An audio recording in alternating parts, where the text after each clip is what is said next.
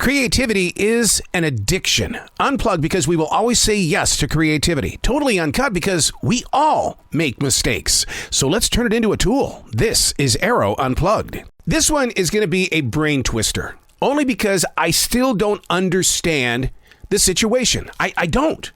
What is it about food that after being consumed, it's too easy to fall asleep?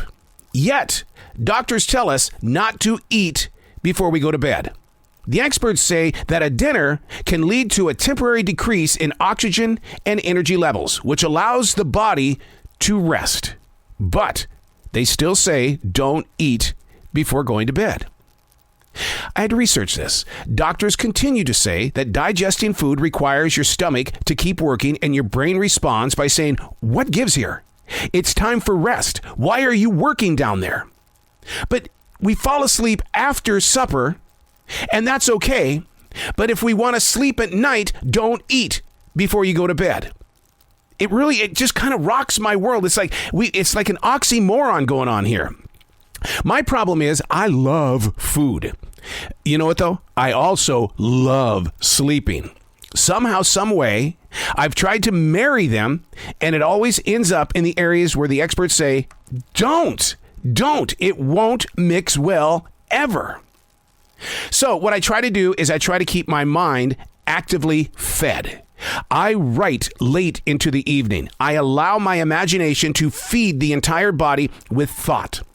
If food is a reason for checking out, then my mission should be check in by doing the writing. Use it as a discipline, not to punish yourself, but basically to just listen. Don't let it destroy your night. Hey, it's Arroe. This is the Daily Mass, a chronological walk through an everyday world. I am a daily writer. I am the silent wolf. What that means is that I sit here and I watch life. I take walks to watch life. I listen to conversations because I want to know about life, to learn from it, to have this beautiful connection with people that don't want to stay silent, but yet they can't find anybody to listen. This is the Daily Mess. Making words move on a page is the activation of an imagination. Now, man, as a child, I would spend hours outside digging into the side of a man-made dirt pile. The older I grew into my teen shoes, the more my imagination grew toward creating a radio station right there in my own bedroom. Yeah, KXYZ, Kicks. Yeah, that's what I called it. Both actions required words. The planning out and execution of words becoming physical connections. Be it a tiny town that I created with my Tonka trucks in the backyard to broadcasting barely over 1,000 feet from my house, right there on KYXZ. Just doing it for kicks, just so my mom would sit there and have something to listen to other than everybody else complain about life. These days, I love listening to other people use their words. Do they move my imagination? If so, what can we learn from those words they're sharing? Each of us have got to start looking at each other as being teachers as well as receivers. But do you take only to hoard? Not a guilt trip.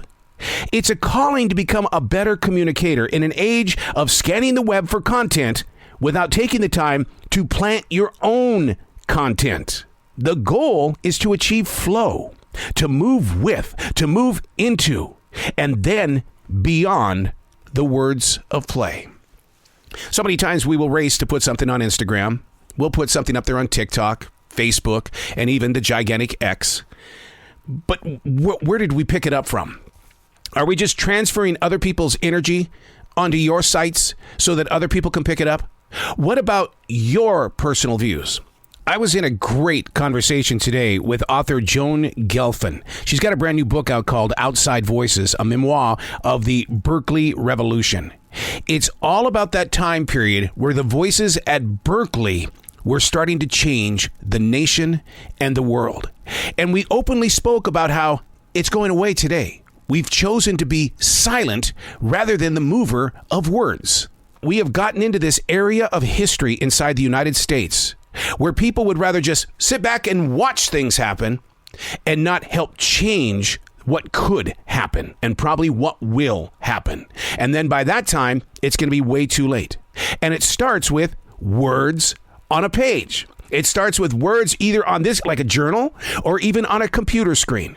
But those words that you're feeling, if you're going to write it down, or if you're going to think it out, or just say it in your tiny little circle of family and friends, but it doesn't get out to the masses, you're not doing it right. We're not doing it right as a human race.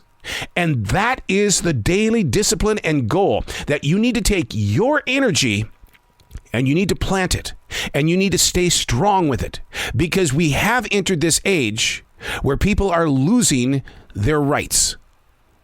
Is it going to be too late when you finally speak up? I'm Arroe, and that's the Daily Mess.